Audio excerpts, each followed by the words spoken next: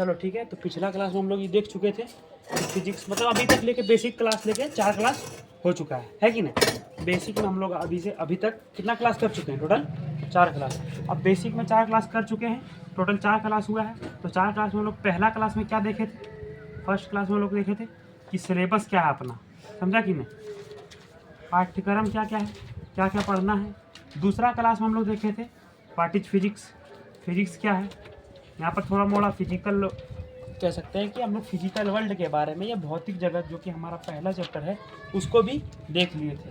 साथ ही साथ हम लोग दूसरे क्लास में ही फिजिक्स के मतलब इतना डिफिनेशन तुमको 4-5 डिफिनेशन बता दिया गया है एकदम प्रूफ के साथ। और थर्ड क्लास जो था, थर्ड क्लास में क्या हुआ था, तो थर्ड क्लास में हम लोगों ने हमने आपको ये बताया था कि 11 की कौन कौन से टॉपिक है जो 12 में कहा, पूरे 11 को पढ़ना नहीं है तो पूरा उस दिन पूरा सिलेबस भी लिखवा दिया गया था आपको, साथ साथ टिक आउट भी करा दिया गया, ये इंपॉर्टेंट है, ये इंपॉर्टेंट नहीं है, इसको छोड़ दिया जाए।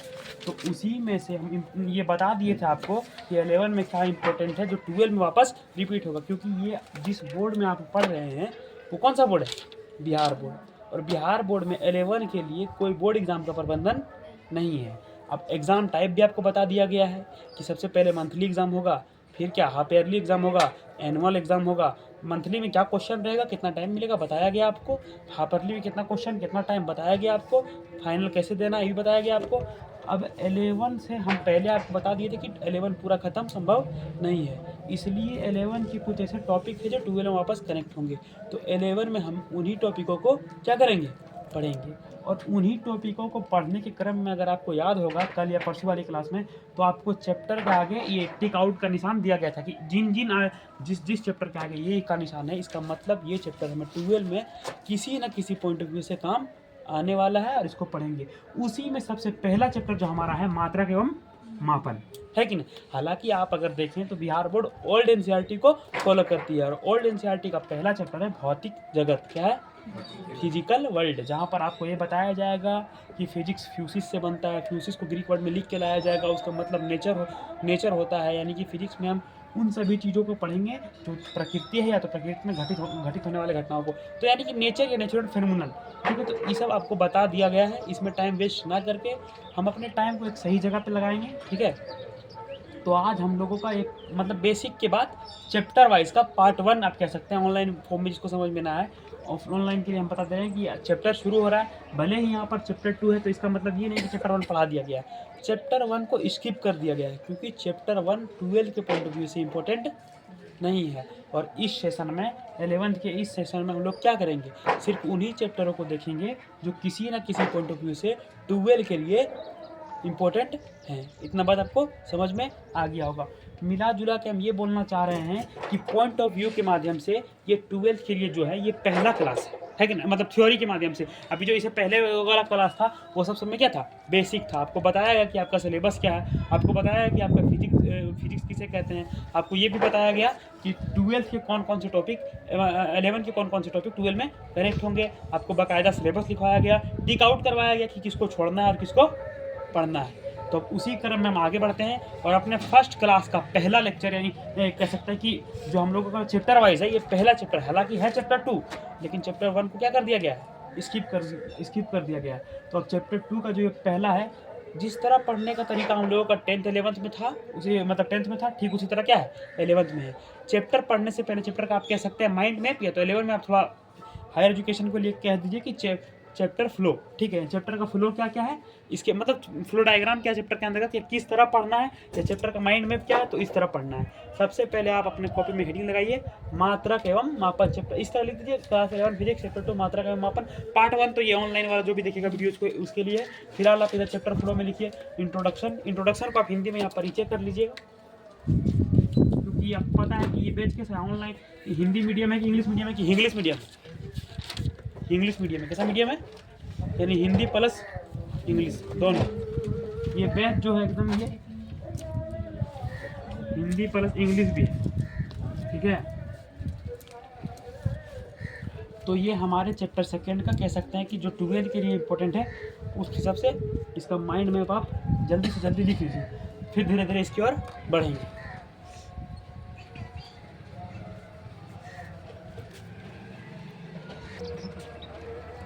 तो आओ इसको देख लेते हैं कि चार्ट फ्लो क्या क्या है। ठीक है, सबसे पहला हम लोग पढ़ेंगे इंट्रोडक्शन। क्या पढ़ेंगे? इंट्रोडक्शन। इंट्रोडक्शन में जो है हम लोगों को इस चैप्टर का परिचय जानना है कि इस चैप्टर की ज़रूरत क्यों पड़ी।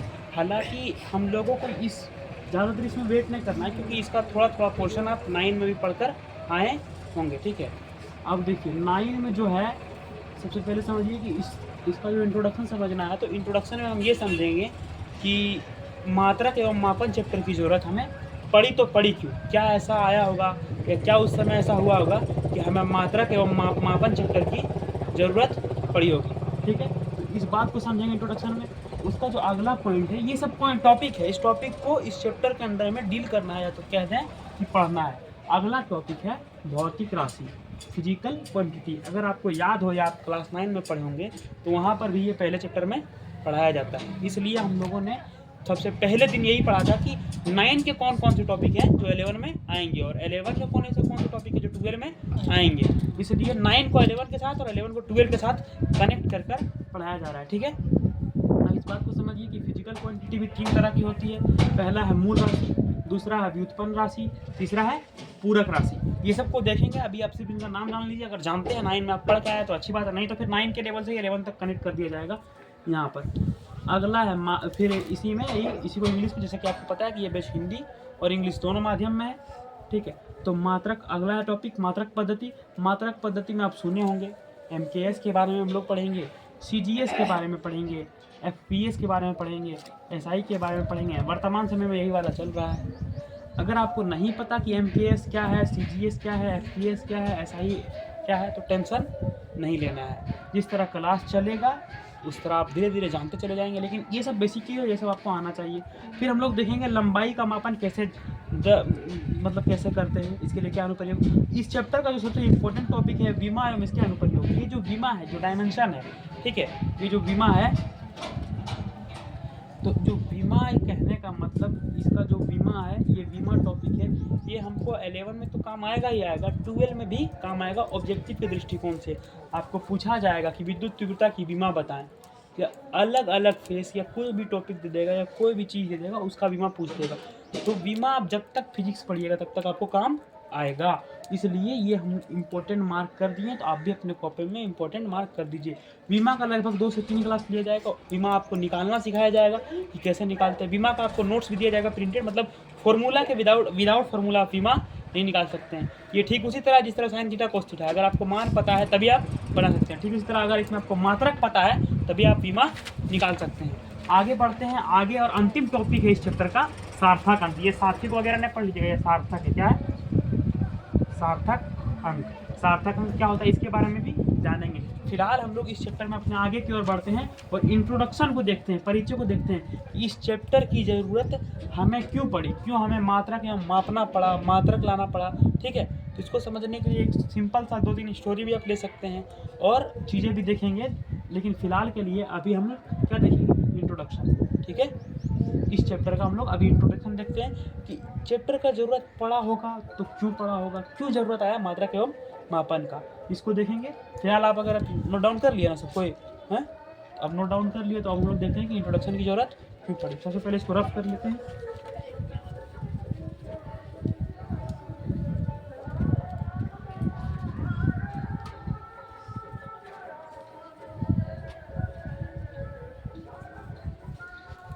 अब इस बात को समझिए कि जो मात्रक एवं मापन चैप्टर है, पहले के ज़माने में क्या होता था।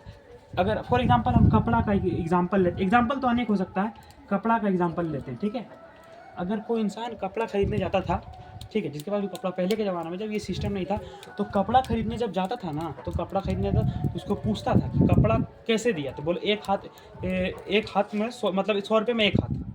पहले के ज़माने में कैसे नापे? 100 रुपये में एक हाथ। बोला ठीक है दे दीजिए।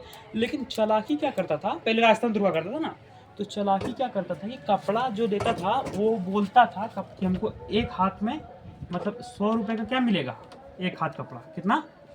एक हाथ। अब ये जो दुकान पे बैठता था ना, जो दुकान पे था एकदम पूरा लंबा चौड़ा आदमी, कैसा रहता था?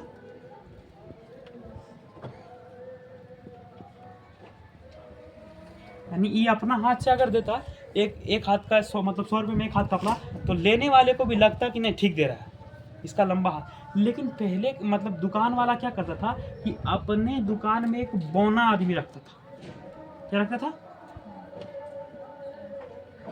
अब बौना आदमी रखता था। अब लेने वाला भी सोच रहा है कि अपने हाथ से नाप देगा एक हाथ कपड़ा। अब जो बौना आदमी नाप, मतलब मेरा हाथ इतना लंबा, बौना हाथ कितना लंबा होगा? इतना लंबा होगा। तो जहाँ हमको लग रहा है कि 2 हाथ कपड़ा लेंगे तो 200 रुपये में 2 हाथ होगा, वहाँ पर वो 200 रुपये दे के उसके हाथ के बराबर एक हाथ भी नहीं हो पाता था। तो इससे राजा लोग क्या देखा कि असंतुष्टि पर, मतलब असंतुष्टि जनता में क्या होने लगा, असंतुष्टि पैदा होने लगी, जनता लोगों को ठगा जाने लगा, है कि नहीं? अब बताओ कैसे चलेगा? अब मान के चलो सामने में कोई हट्टा कट्टा आदमी है, उसको देख के हम लोग खरीदने जा रहे हैं कि पहले के ज़माने में इसी तरह होता था कि देखो पहले दुकानदार कैसा है, उसे फिर उसका हाथ से कपड़ा लेंगे, है कि नहीं?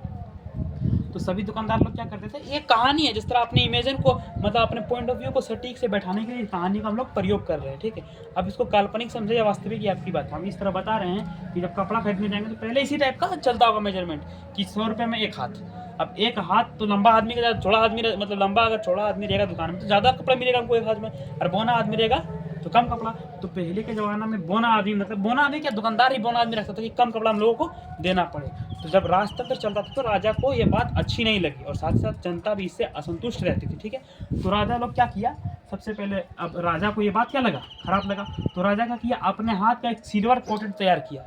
सिल्वर कोटेड का मतलब कैसे समझ लें, गलत समझ लें, कहने का मतलब एक अपना हाथ को डाला, जैसे पहले के ज़माना में या बच्चा लोग देखता था बालू में पैर घसा के अपना पैर के लिए जगह बनाया आराम बढ़िया से, पैर निकाल रहा तो बोला देखो मेरा गुफा बन गया। ठीक उसी तरह राजा अपने हाथ पर क्या किया, परत चढ़ाया और उस परत को निकाल दिया, और सभी राज्य के जितना उसके राज्य में या उसके रियासत में जितना भी दुकान था कपड़ा का, सब जगह भिजवा दिया कि इस नाप से दिया करो। तो अब एक तो मानक बन गया, राजा का हाथ उस समय का क्या हो गया, मानक हो गया।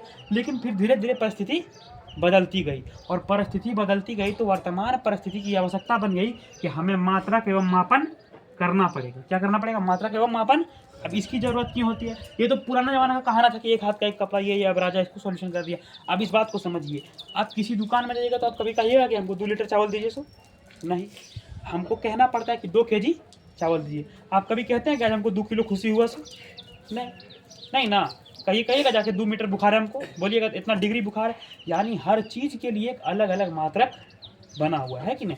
अगर कपड़ा लेना है तो हमको पता है कि मीटर में खरीदना पड़ेगा। अगर कपड़ा को कह दे कि 2 किलो कपड़ा दे, बोलेगा पागल है क्या रे, तो कपड़ा खरीदना आ गया 2 केजी में खरीद रहा। इसी तरह दुकानदार वाला को तुम पेट्रोल जाकर 2 किलो पेट्रोल दियो तो देगा नहीं ना देगा। इसलिए इस बात से हमको, ये हंसने वाला बात नहीं है, इस बात से हमको ये समझना है कि हर चीज़ का अपना एक मात्रक है कि नहीं? तो इस बात को समझिए। समझ गए इंट्रोडक्शन की मात्रक में मापन की जरूरत हमें क्यों पड़ी, सो क्योंकि उस समय पर ज़्यादा, मतलब पुराना ज़माना का बात कहें तो पुराना ज़माना में लोगों के साथ लूटपाट होता था, मात्रक का एक सही कोई निशान वगैरह नहीं था। धीरे धीरे इसकी परिस्थिति बदलते गया। और पहले के ज़माने में होता क्या था, देखो जैसे मान के चलो तुमको कपड़ा चाहिए, हमको आलू चाहिए ना, तो कपड़ा वाला आलू वाला एक्सचेंज कर लेता था, जिसको हम क्लास 10th में आपको पढ़ाए हैं वस्तु विनिमय प्रणाली, यानी वस्तु से वस्तु का लेन देन। हालांकि हमको उधर जाना नहीं है क्योंकि वो सोशल साइंस का टॉपिक था, और अभी हम यहाँ साइंस के फिजिक्स को पढ़ रहे हैं। तो इस बात को हम समझिए कि मात्रक एवं मापन की आवश्यकता इसलिए पड़ी ताकि लूटपाट वगैरह ना हो। और मात्रक दिन ब दिन बदलते गए, है कि नहीं? पहले MKS था, फिर CGS आया, फिर FPS आया, फिर MSI आया, ठीक है? तो इस बात को, और ये जो है अब मात्रक, अब समझते हैं क्योंकि जो चैप्टर है, चैप्टर क्या है, मात्रक व मापन, है कि नहीं? मात्रक व मापन। तो जो मात्रक है, ये मात्रक क्या होगा और ये मापन क्या होगा? तो इस बात को समझिए, ये जो मापन है ये 2 चीज़ पर डिपेंड होता है। कितना चीज़ पर? एक संख्यात्मक मान होना चाहिए, मापने के लिए एक संख्यात्मक मान, और दूसरा क्या होना चाहिए, मात्रक होना चाहिए। कहने का मतलब अगर हमको मापना है कोई चीज़ को तो पहले संख्या होना चाहिए और फिर दूसरा मात्रक होना चाहिए। एग्जाम्पल के लिए, अगर आपको समझ में नहीं आया तो एग्जाम्पल दू। अब दू क्या, ये तो संख्या है, लेकिन अगर हम कह दें 2 केजी तो आपको समझ में आ रहा है कि 2 केजी का कुछ होगा, समझ रहा है कि नहीं? 2, अब ये 2 तो संख्या है, क्या 2 मीटर, किलोमीटर, ग्राम, कौन चीज़? यहाँ पर अगर हम लिख दें KM इसका मतलब दूरी की बात हो रही है 2 किलोमीटर। यानी मापन दो चीज़ों पे डिपेंड हो रही है। अगर किसी चीज़ को मापना है तो हमें दो चीज़ों की आवश्यकता पड़ेगी। पहला तो संख्यात्मक मान, कोई एक मान होना चाहिए। किसी दुकान में जाइएगा तो चावल केजी चावल दीजिए, कितना केजी, तो 2 केजी, 3 केजी, 4 केजी, इतना मीटर कपड़ा चाहिए तो कितना मीटर, 10 मीटर, 12 मीटर, 10, 12, 15, ये 1, 2 की जो चीज़ें हैं ये क्या कह सकते हैं कि ये क्या दर्शा रहा है, ये संख्यात्मक मान है। क्या है, क्या है, अब ये संख्यात्मक मान है। और दूसरा ये जो किलोमीटर, मीटर कपड़ा दुकान में बोलते हैं ना जी, इतना मीटर दीजिए, 100 मीटर, 200 मीटर, 300 मीटर, है कि नहीं, 50 मीटर, 60 मीटर, और जाके दूरी को नापिएगा तो 2 किलोमीटर, 5 किलोमीटर, 10 किलोमीटर।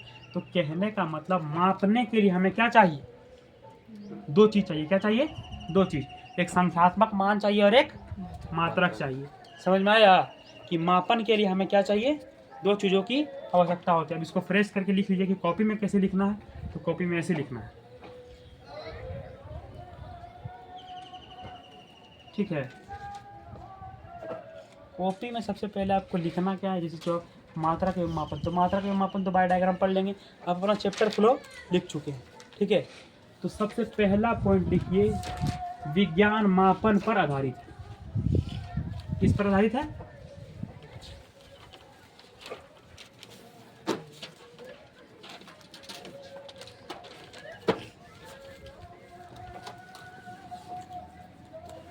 विज्ञान मापन पर आधारित है।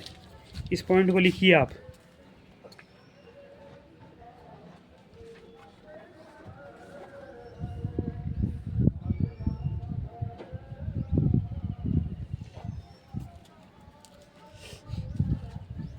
कि विज्ञान मापन पर आधारित है, इसको लिखिए।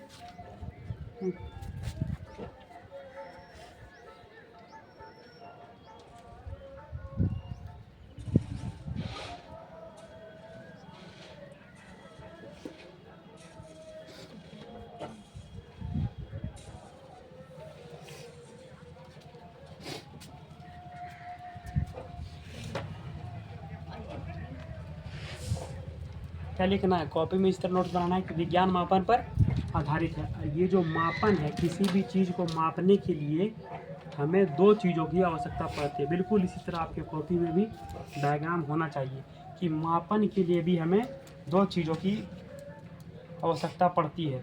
अब पहला चीज़ का कौन सी आवश्यकता है, तो पहला चीज़ आवश्यकता है हमारे लिए, हमको क्या चाहिए, संख्यात्मक मान चाहिए। एक संख्यात्मक मान होना चाहिए। अब संख्यात्मक मान, अब दूसरा क्या होगा, तो दूसरा हमको चाहिए मात्रक। इसमें एक रिलेशन भी, समानुपाती और अनुक्रमानुपाती समझता है इस बात, और नहीं समझता है तो यहाँ पर समझ लेना। पहले इस बात को समझो कि हमें मापन के लिए क्या चाहिए, एक संख्यात्मक मान चाहिए और दूसरा उसके साथ लगने वाला मात्रक चाहिए। टेंशन नहीं दीजिए, मात्रक क्या है इसी चैप्टर में हमको पढ़ना है कि मात्रक एवं मापन। फिलहाल ये जो मापन है, इस मापन को हम पहले क्यों पढ़ा रहे हैं, क्योंकि विज्ञान किस पर आधारित है, मापन पर आधारित है। और ये मापने के लिए हमें क्या चीज़ चाहिए, दो चीज़ चाहिए। एक चाहिए संख्यात्मक मान होना चाहिए और एक क्या होना चाहिए, मात्रक होना चाहिए। उदाहरण के लिए आप उदाहरण ले सकते हैं 2 केजी, कितना, अब ये जो 2 है ये क्या है, ये तो संख्यात्मक मान है बाबू।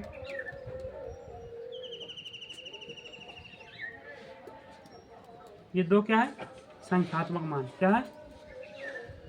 और ये जो केजी है ये मात्रक है। केजी क्या है, मात्रक।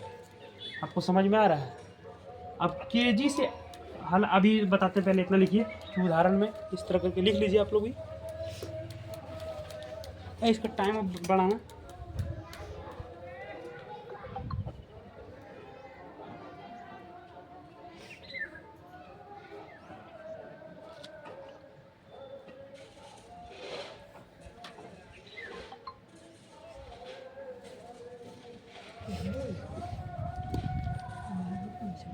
दस सेकंड का टाइमर रखा है।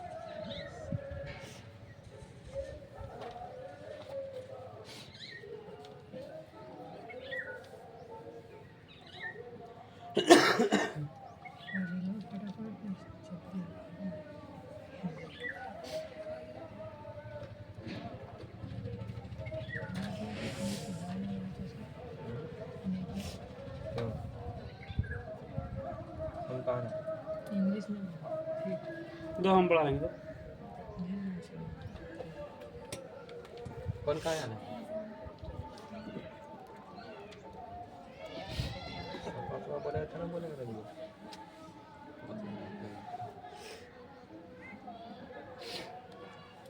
लिख लिए हैं।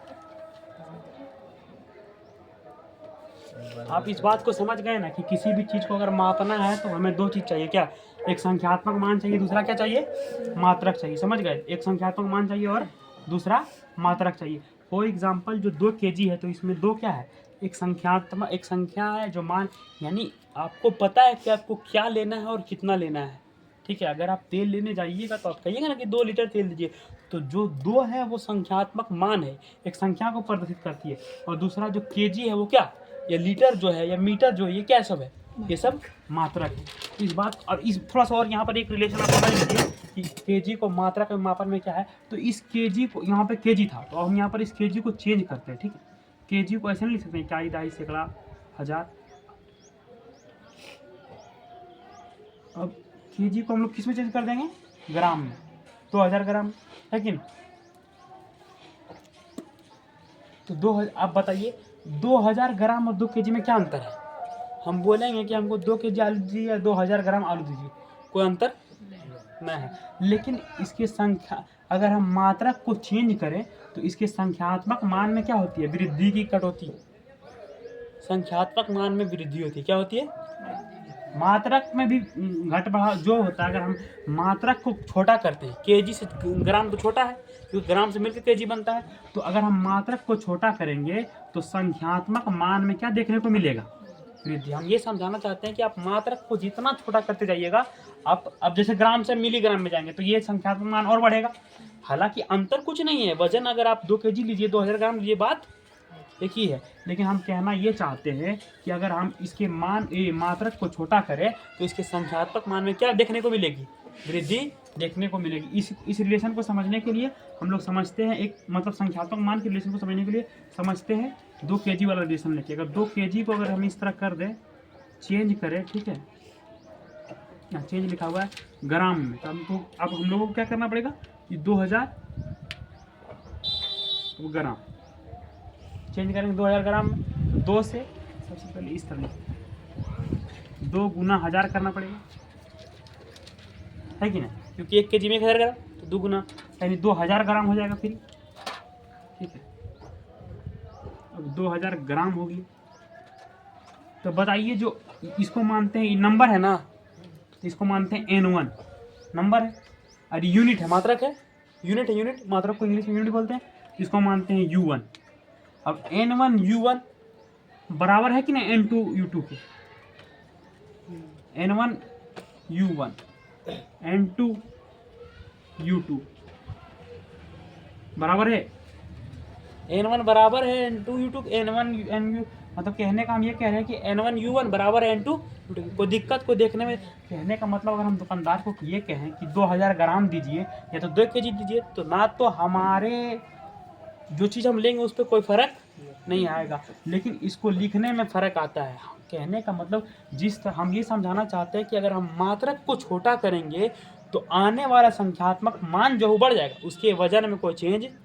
भैया जिस तरह हम केजी से ग्राम में जाएंगे तो जहाँ पर 2 केजी बोलते थे वहाँ पर हमको क्या बोलना पड़ रहा है? 2000 ग्राम, यानी संख्यात्मक मान बढ़ा है, 2 से 2000 हो चुका है। लेकिन उसको बैलेंस कौन कर रहा है? तो उसको बैलेंस कर रहा है उसके बाद लगने वाला उसका मात्रक। वहाँ पर 2000 ग्राम था, वहाँ पर 2 केजी था, यहाँ पर 2000 ग्राम है। दोनों का वेट सेम है कि ज़्यादा है? सेम ही है। अब कहने का मतलब कोई तुमको पूछ दे 1 किलो रुइया भारी है, 1 किलो लोहा कौन? तो अगर हालांकि उसका हकीकत में जो बात है वो उसका कुछ आंसर मतलब अलग ही होता है, लेकिन उसका कॉमन सेंस क्या है कि दोनों का वेट सेम है कि नहीं? तो ठीक उसी तरह N1 U1 के बराबर है और N2 U2 के, मतलब N1 NU बराबर है N2 U2 के। अब यहाँ पर हमको एक रिलेशन समझाना है, समानुपाती और व्युत्क्रमानुपाती, यानी डायरेक्टली प्रोपोर्शनल और इन्वर्सली प्रोपोर्शनल। कितना व्यक्ति है जिसको तुम लोग को समानुपाती और अनुक्रमानुपाती समझ में आता है कि एक को बढ़ाने पर दूसरा बढ़ जाए और एक को बढ़ाने पर दूसरा घट जाए? तो बताइए ये वाला रिलेशन किसको किसको समझ में आता है? समझ में आता है?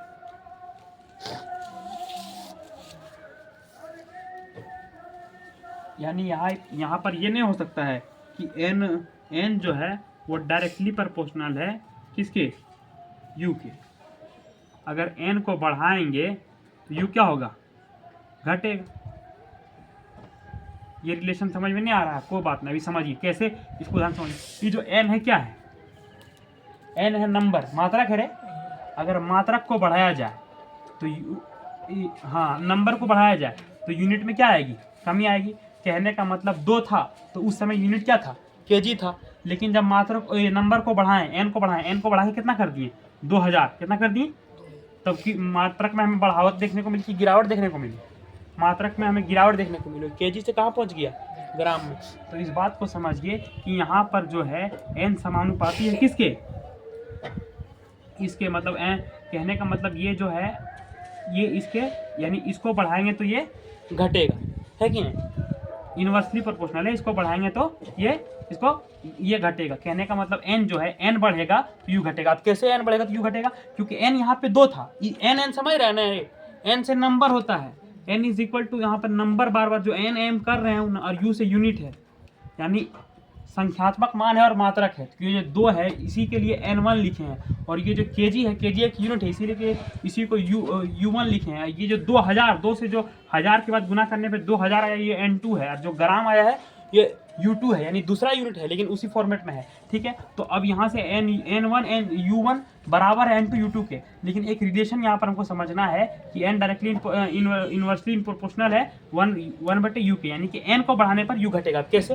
तो n यहाँ पर जब 2000 था तो u kg था, लेकिन n को जब n 2 था तो u kg था, लेकिन जब n को बढ़ा के 2000 कर दिए तो u क्या हो गया, ग्राम हो गया, यानी u घट गया, है कि नहीं, u घट गया। समझ गया, ये बात समझ में आया कि n बढ़ाने पर u घटा कैसे से, क्योंकि इन दोनों के बीच डायरेक्टली की इन्वर्सली प्रोपोर्शनल रिलेशन है। अब डायरेक्टली इन्वर्सली अभी समझ नहीं आता आपको, तो इतना लिखिए, फिर हम नीचे समझाते हैं कि समानुपाती क्या होता है और अनुक्रमानुपाती। मतलब समानुपाती और अनुक्रमानुपाती एक ही होता है, लेकिन व्युत्क्रमानुपाती फिर क्या होता है, पहले इतना लिखो, इसको हम फिर समझा रहे हैं।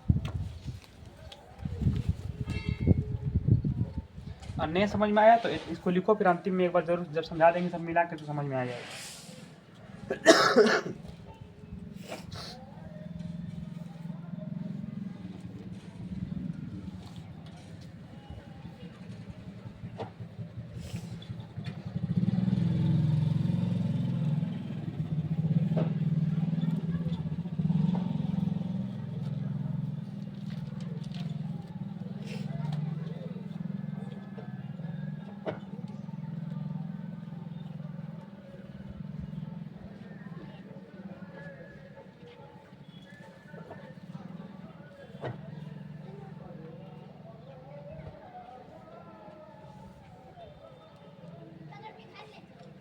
और ये जो है ये क्या है, व्युत्क्रमानुपाती है, यानी एक को बढ़ाने पर दूसरा घट रहा है।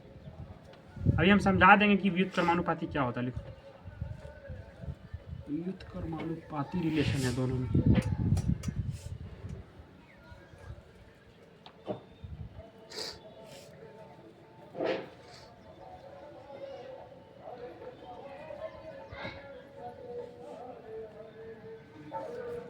इतना लिख लिया कि विज्ञान मापन पर आधारित होता है, और मापन के लिए हमको 2 चीज़ की ज़रूरत होती है, एक संख्यात्मक मान और दूसरा मात्रक।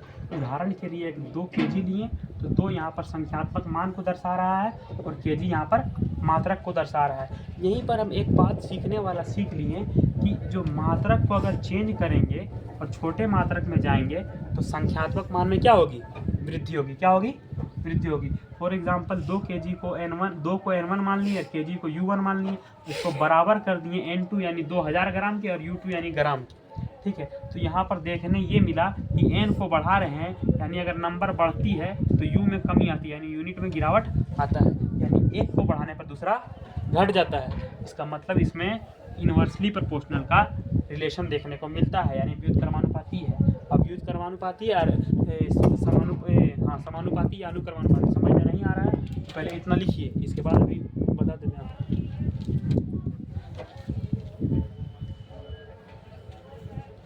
n1 u1 बराबर है n2 u2 के, फिर उसको एरो लगा के कर लीजिएगा, यहाँ से ऐसे एरो लगा के इसको लिख लीजिएगा। इससे सिद्ध हो रहा है कि n जो है इन्वर्सली प्रोपोर्शनल है 1/u के, यानी यूनिट के। n को बढ़ाएंगे, ये तो यूनिट में कटौती मिल रही है। ये आप साफ साफ देख रहे हैं कि जब n 2 था तो यूनिट बढ़ा था, केजी था, और जब ये n 2000 हो गया तो यूनिट में घट के केजी से ग्राम में आ गया। कितना तो इजी रिलेशन है, लेकिन आप लोग अभी इस तरह का समानुपाती और व्युत्क्रमानुपाती से उतना तो नहीं जानते होंगे, और जानते हैं तो अच्छी बात है। फिर आप इसको लिखिए।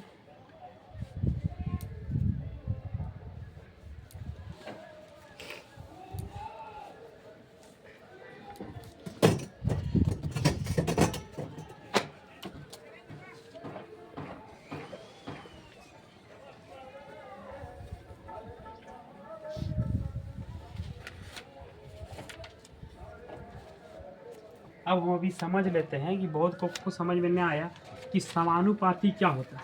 देखिए, दो चीज़ होता है, ठीक है, और व्युत्क्रमानुपाती।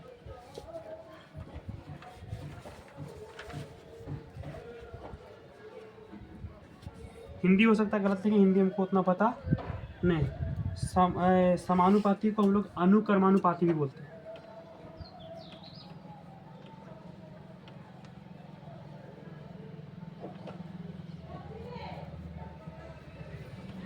ये जो है ये डायरेक्टली प्रोपोर्शनल, ठीक है।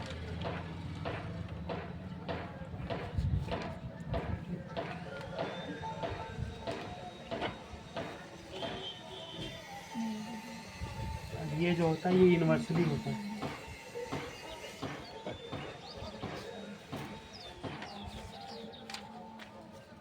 प्रोपोर्शनल यहाँ से देख के निकले, ठीक है।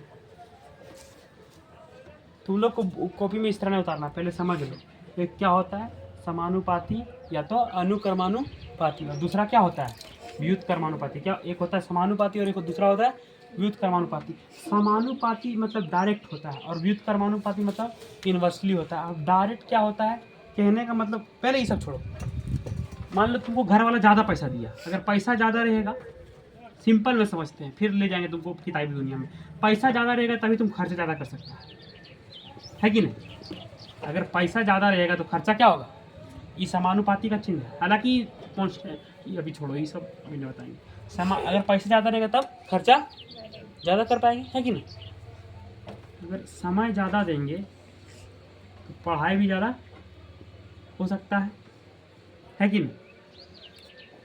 हाँ, यानी सीधा सीधा रिलेशन है कि पैसा ज़्यादा तभी खर्च ज़्यादा।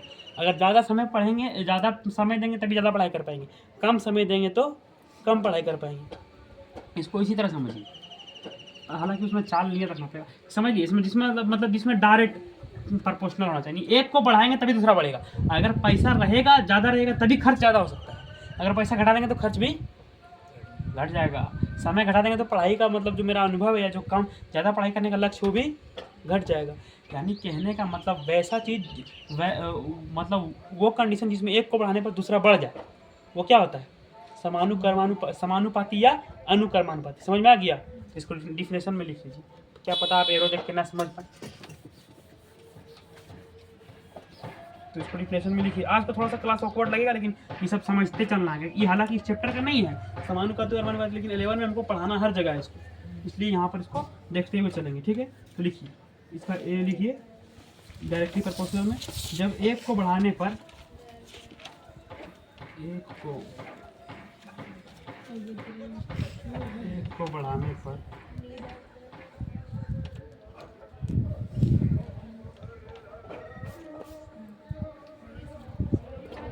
दूसरा समानुपाती रूप में बढ़े। जब एक को बढ़ाने पर दूसरा समानुपाती रूप में बढ़े, ठीक है।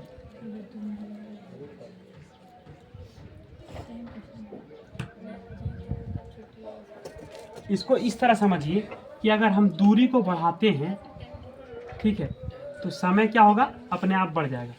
समझ रहे हैं। कहने का मतलब अगर हमको 5 किलोमीटर दूर जाना था तो उस समय हमको समय लग रहा था 5 मिनट, लेकिन अगर हम दूरी को बढ़ा दिए, मान लीजिए अगर 10 किलोमीटर ट्रेवल करना है हमको, तो समय लगेगा कम से कम आधा घंटा, है कि नहीं, आधा घंटा। अब 30 मिनट है, मीटर ना समझ लीजिए, अगर हम फिर यहाँ पर 15 किलोमीटर कर दिए तो समय समय बढ़ गया 40 मिनट। तो कहने का मतलब एक को बढ़ा रहे हैं तो दूसरा अपने आप अब एक को घटा देते हैं। मान लीजिए इसको 5 मिनट कर दिए, 5 मिनट में हम 30 किलोमीटर 5 किलोमीटर चल गए, 5 किलोमीटर में हमको कितना समय लगेगा, कम से कम 10 मिनट। तो वहाँ जहाँ 30 था उसमें 15 था, यानी एक को घटाएंगे तो दूसरा अपने आप घट जाएगा, एक को बढ़ाएंगे तो दूसरा अपने आप बढ़ जाएगा। इसी को हम लोग जो रिलेशन बोलते हैं, इसी रिलेशन का नाम है डायरेक्टली प्रोपोर्शनल, जिसको हिंदी में हम लोग बोलते हैं समानुपाती। यानी जब एक को बढ़ाएंगे तो दूसरा अपने आप बढ़ेगा। तो जो दूरी का समय के साथ रिलेशन है वो रिलेशन कैसा है, समानुपाती कि अनुक्रमानुपाती? तो अनुक्रमानुपाती में तो फिर क्या होता है, वही होता है। हाँ, इसे तो फंसाने के लिए हम पूछे, आपको बोलना चाहिए कि दोनों रिलेशन है। समानुपाती का एक दूसरा नाम क्या है, अनुक्रमानुपाती, समझ गए? यानी एक को बढ़ाएंगे दूसरा अपने आप बढ़ेगा। लेकिन ये कंडीशन कब होगा, ये कंडीशन तब होगा जब यहाँ चाल क्या है, नियत है। चाल क्या है, चाल मतलब बदल रहा है कि ना, जिस चाल से पहले चल रहा था उस, अब मान के चलो तुम बोल दिया कि दूरी बढ़ा दिए, अब समय भी बढ़ जाएगा। कैसे, मान लो हम जब दूरी था इतना तो हम चल 10 किलोमीटर की 10 किलोमीटर प्रति घंटा की रफ्तार से चला रहे थे, लेकिन जब दूरी बढ़ाए 50 किलोमीटर कर दिए, समय तो घट जाएगा।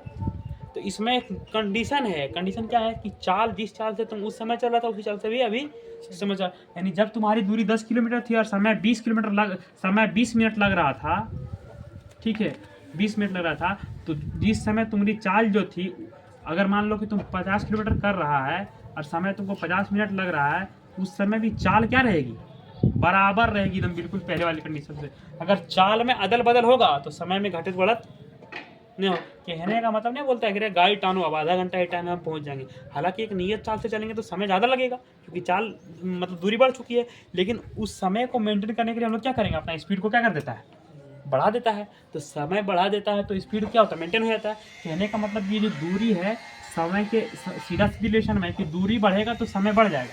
तो ये कब होगा, जब चाल नियत रखेंगे, चाल नियत रखेंगे तभी तो समय ज़्यादा लगेगा। मान के चलो हम दूरी बढ़ा दिए 5 किलोमीटर, तो 5 किलोमीटर दूरी बढ़ाएंगे, अपना स्पीड भी 20 किलोमीटर बढ़ा दिए, स्पीड भी प्रति मतलब इस लीटर को 20 में थोड़ा ज़्यादा दे दिए, तो अब ज़्यादा तेज़ी से जा रहे हैं हम, तो समय हो सकता है उतना ही समय में पहुँच जाए।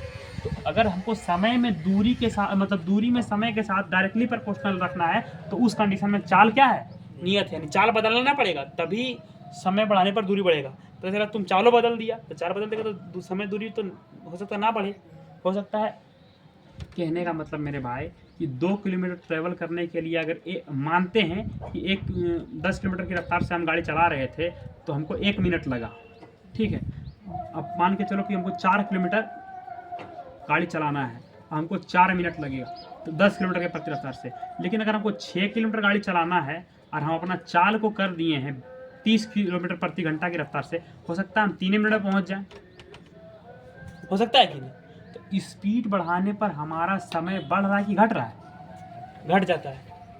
तो रिलेशन गलत हो गया कि सही, तो फिर तो गलत ना हो जाएगा जी कि एक को बढ़ाने पर दूसरा घट गया। तो यहाँ देखो हम क्या करते हैं, 4 बढ़ा दिए तो समय घट गया। तो चाल और समय में भी अपना एक अलग रिलेशन होता है, लेकिन ये जो रिलेशन है समानुपाती का जो रिलेशन है, ये कब काम करेगा, जब चाल नियत होगी। यानी जब चाल समान रखेंगे तो दूरी को बढ़ाने पर समय ज़्यादा लगेगा, लेकिन इसमें एक शर्त है कि चाल को नियत रखना पड़ेगा, है समझ में। और समानुपाती क्या होता है, तो जब एक को बढ़ाने पर दूसरा समानुपाती रूप में बढ़े उसे ही समानुपाती संबंध या क्या डायरेक्टली प्रोपोर्शनल रिलेशन कहते हैं। जैसे कि दूरी और समय में होगा तो कब होगा, इसमें भी एक शर्त है, एक मतलब अपना ये मतलब आवश्यकता है इसका कि चाल को नियत रखेंगे तब उस कंडीशन में जो बनने वाला रिलेशन है दूरी और समय में, वो रिलेशन कैसा होगा, डायरेक्टली कि इनडायरेक्टली, इनवर्सली, डायरेक्टली कैसा होगा। हाँ, आया समझ में।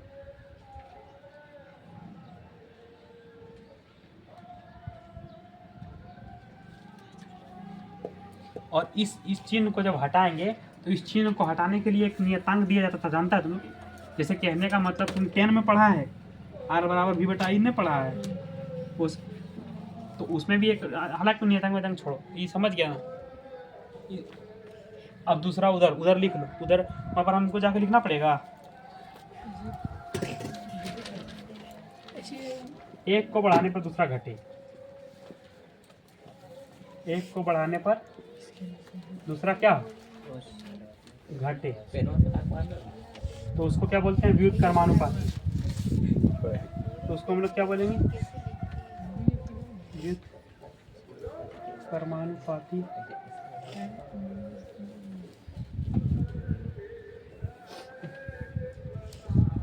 कहते हैं। ठीक है,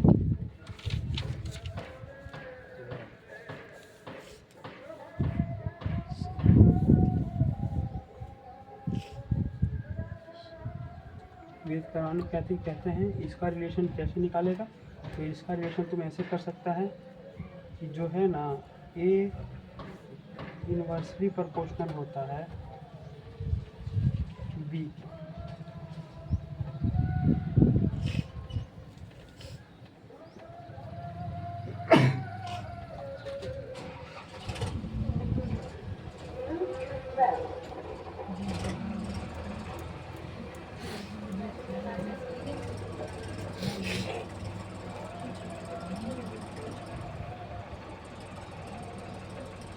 आया समझ में? इन डायरेक्टली इनडायरेक्टली पूछना है तो पूछ लो। अरे ज़्यादा कुछ नहीं है कि जब एक को बढ़ाने पर दूसरा भी बढ़े, समानुपाती रूप में बढ़े, तो उसी रिलेशन को बोलते हैं डायरेक्टली प्रोपोर्शनल। और जब एक को बढ़ाने पर दूसरा बढ़े, अब इसका उदाहरण भी आप लोग देख लिए कि अगर दूरी को बढ़ाएंगे तो समय बढ़ेगा, लेकिन कंडीशन एक है कि चाल को नहीं रखना पड़ेगा। अब उधर वाले में क्या है कि ए को बढ़ाएंगे तो बी घटेगा, तो उधर भी एक अपना अगर अजम्पशन करना चाहेगा तो कर सकता है कि अगर मान लो हम चाल को बढ़ा देंगे तो समय घट जाएगा। तो यानी चाल और का जो समय, मतलब चाल और समय का रिलेशन है वो 1 बटा के मतलब व्युत्क्रमानुपाती है। ठीक है, तो इसको समझने, हालांकि ये इस चैप्टर का नहीं है, लेकिन यहाँ पर समझ लो इसको, कोई दिक्कत समझने में थोड़ी है ना। क्या समझा? समझ गया ना? समानुपाती और व्युत्क्रमानुपाती समझ गया। डायरेक्टली प्रोपोर्शनल और इनवर्सली प्रोपोर्शनल आज से हम लोग समझ गए हैं। डायरेक्टली किसको बोलेंगे? जब एक को बढ़ाने पर दूसरा अपने आप बढ़ेगा, ज़्यादा पैसा रहेगा, खर्च ज़्यादा करेगी, ज़्यादा समय देंगे, ज़्यादा चीज़ सीखेंगे। मतलब कुछ ऐसा चीज़ जिसको एक को बढ़ाने पर दूसरा अपने आप बढ़ जाएगा, है कि नहीं? और दूसरा ये कि एक को बढ़ाएंगे तो इसमें कैसे, ज़्यादा मोबाइल चलाएंगे तो कम सीख पाएंगे पढ़ाई, ज़्यादा मोबाइल चलाएंगे तो कम पढ़ाई कर पाएंगे। यानी कहने का मतलब जिसमें उल्टा रिलेशन हो कि एक को बढ़ाने पर दूसरा अपने आप क्या कर रहा है, घटता जा रहा है। जैसे कहने का मतलब इसको और समझना है तो क्या कर रहा है कि एन को अगर हम बढ़ा रहे हैं तो यू का मान घट रहा है। अभी एन क्या है? तो एन नंबर है, यू क्या है? तो यूनिट है। याद करो, एन को जब 2 से 2000 किए थे तो यू क्या हुआ था? यू केजी से किस में चल गया था? घट के ग्राम में। आया समझ में? ये जो उल्टा रिलेशन है क्या दिखाता है कि एक को बढ़ाने पर दूसरा घट रहा है। कैसे? तो अगर हम एन को बढ़ाते हैं, यानी नंबर बनते, संख्यात्मक मान को बढ़ाते हैं, संख्यात्मक मान 2 से बढ़ा के 2000 कर देते हैं, तो यू में गिरावट आता है। यू क्या? केजी से क्या हो जाता है? ग्राम। वही रिलेशन। 1-2 बार अपने से भी पढ़ना पड़ेगा मेरे भाई। हम ही सब अब हालांकि नहीं भी समझ आए तो फिर से एक बार हम समझा देंगे। इतना हुआ। आप अपने माइंड मैप को देखिए। अब इतना अपना उतार लो बोर्ड से। अब इस तरह तुमको नहीं उतारना, अपना कॉपी में फ्रेश से करके उतारो। और ऑनलाइन के लिए इसके नीचे PDF तो अटैच करिए देंगे। फिलहाल के लिए तुम इतना उतारो। समझ गया? इसको अब रफ करते हैं।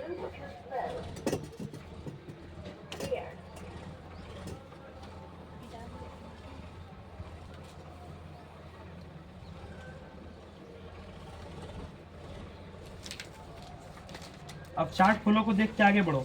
चार्ट फ्लो में अगला टॉपिक हम लोगों का क्या है? अगला टॉपिक क्या है?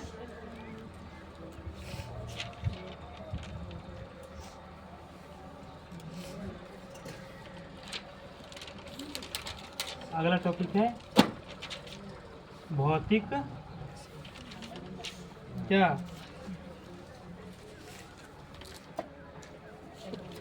राशियाँ, यानी फिजिकल क्वांटिटीज। PHYSI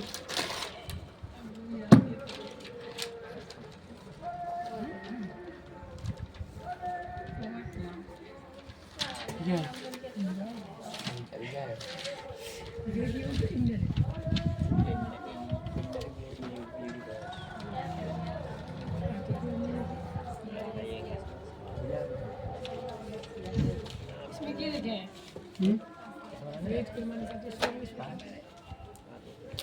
inversely. हाँ इनवर्स नहीं उतारा था वो वाला। रुको पीला।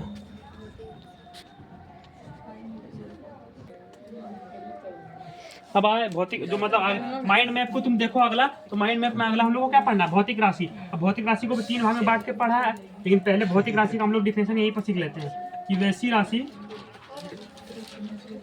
या वे राशियां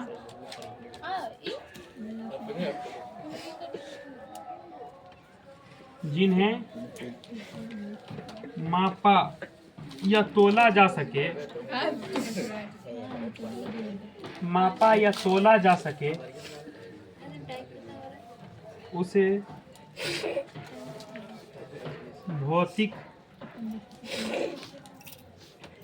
राशि कहते हैं। जैसे द्रव्यमान, लंबाई, समय आदि। ठीक है, आज के लिए हम लोग इतना ही रखते हैं। ठीक है, भौतिक राशि क्या होता है? तो वे राशि जिसे हम लोग माप सकते हैं उसे क्या बोलेंगे? भौतिक राशि बोलेंगे। यानी वे राशियां जिन्हें मापा जा सके उसे क्या बोलते हैं? भौतिक राशि। अब भौतिक राशि को भी 3 भागों में पर हम डिवाइड कर दिए हैं कि मूल राशि क्या होता है, व्युत्पन्न राशि क्या होता है, और फिर क्या इसको उधर वाला क्या बोलते, सप्लीमेंट्री क्वांटिटी क्या होती है। ठीक है, तो हम लोग कल पढ़ेंगे कि मूल राशि 7 होती है, भाई लंबाई वगैरह सब ज्योति तीव्रता मोल मतलब सब पढ़ेंगे कल। आज के लिए इतना ही। आज की क्लास में जो भी पढ़ाया गया है बाकायदा वीडियो वाले को तो नोट्स मिल जाएगा, उसके नीचे में आप लोग को बनाना है। ठीक है, आज के लिए हम लोग इतना ही रखते हैं। कल हम लोग फिर जो मतलब भौतिक राशि है, या तो जब अगला क्लास होगा पार्ट 2 में इसका आएगा, पार्ट 2 अब इसका जब अगला दिन क्लास होता है तब पढ़ेंगे। फिलहाल के लिए आज इतना काफ़ी है। ठीक है।